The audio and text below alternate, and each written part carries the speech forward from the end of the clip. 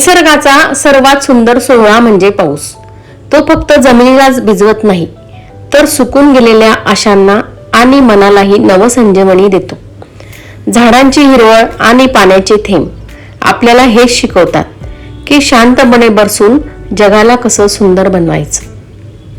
पाऊस आणि निसर्गाचं नातं खूप अनोखं आहे. जेव्हा उन्हाळ्याच्या काहिलीनंतर पावसाचा पहिला थेंब मातीवर पडतो, तेव्हा येणारा तो मृदगंध मनाला एक वेगळी शांतता देऊन जातो. निसर्ग आपल्याला पावसाच्या माध्यमातून एक मोलाचा धडा देतो.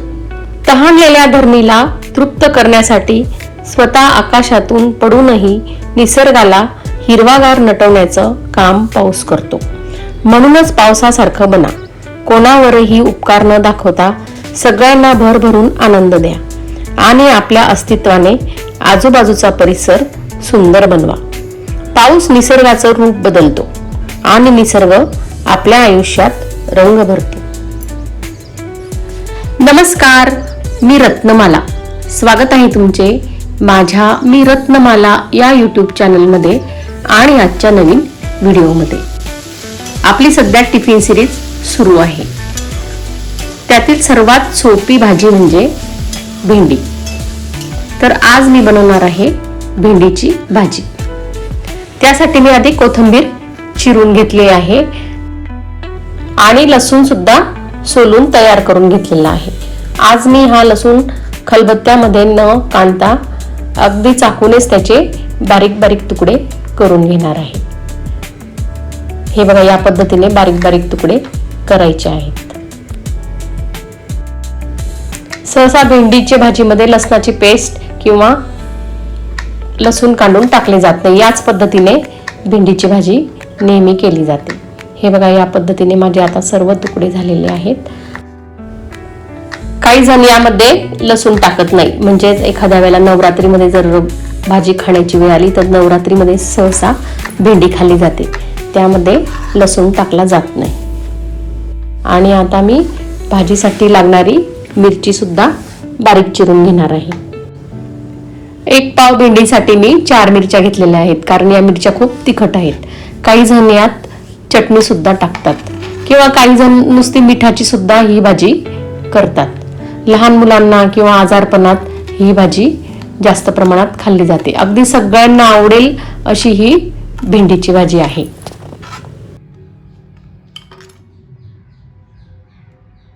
आणि भाजी करण्यापूर्वी म्हणजेच अर्धा तास पूर्वी मी भेंडी स्वच्छ धुवून घेतलेली आहे आणि एका कपड्याने चांगली स्वच्छ पुसून घेतलेली आहे. आता मी भेंडी चिरण्यास सुरुवात करणार आहे. सहसा भाजीसाठी भेंडी चिरताना ती आपण एक एक घेऊन चिरतो, पण त्यामुळे खूप वेळ लागतो. त्यामुळे या पद्धतीने 4-4, 5-5 भेंडी घेऊन अगदी पटकन भेंडी आपली चिरली जाते. म्हणजे 1 पाव भेंडीला अगदी 5 मिनिटे चिरण्यासाठी लागतात. आणि मसाला भेंडी करायची असेल तर भेंडी उभी चिरली जाते. हे बघा, आता माझी जवळजवळ सर्व भेंडी आता चिरण्यात आलेली आहे.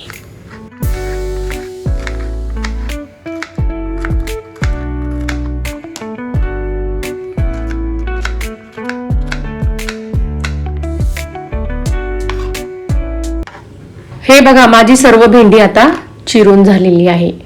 आता मी भेंडीच्या भाजींसाठी मी घेतली आहे मिरची, लसूण, कढीपत्ता, कोथिंबीर आणि 1 पाव भेंडी.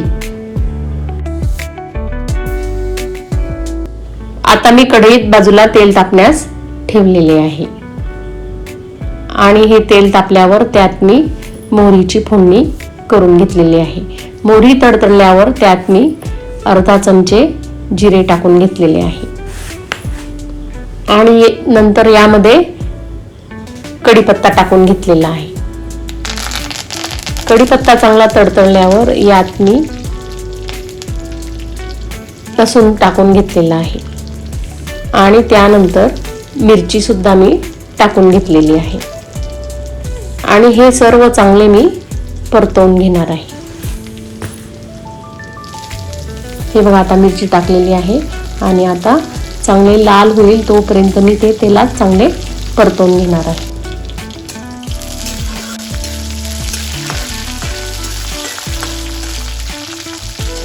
हे बघा आपले मिरची लसूण चांगले परतून झाले आहे. यामध्ये मी आता धन्याची पावडर टाकून घेतलेली आहे आणि अर्धा चमचा हळदही टाकून घेतलेली आहे. आणि आता हे सर्व परतून घेतल्यावर यामध्ये मी आता चिरलेली भेंडी टाकून घेतलेली आहे आणि भेंडी मी चांगली परतवून घेणार आहे.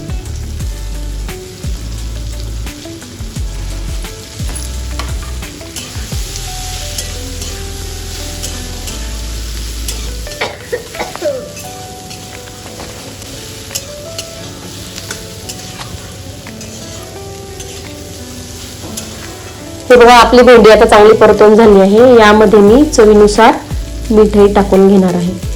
भेंडीमध्ये सहसा कमी मीठ टाकावे म्हणजे शिजून ते नंतर कमी होते आणि आपले मीठ बरोबर होते. आता मी यामध्ये कोथिंबीर टाकून घेतलेली आहे आणि परत एकदा सर्व हे परतवून घेणार आहे आणि 5 ते 10 मिनिटे भेंडी चांगली झाकून ठेवणार आहे.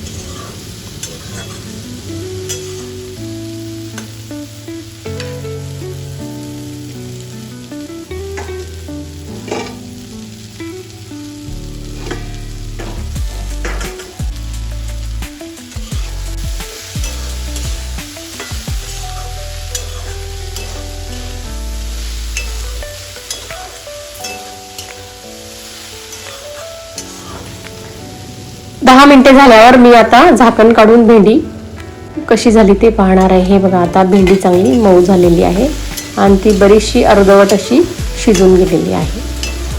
सहसा भेंडी अर्धी शिजली की त्यावरचे झाकण काढून घ्यावे आणि नंतर परत झाकण झाकू नये, नाहीतर भेंडी चिकट होते.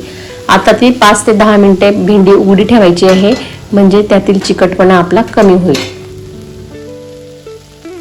कशी वाटली तुम्हाला आजची भेंडीची भाजी मला कमेंट करून सांगा. माझा हा व्हिडिओ तुम्हाला आवडला असेल तर माझे चॅनल लाईक करा, शेअर करा आणि सबस्क्राईब करा आणि हाईप करायला विसरू नका. धन्यवाद.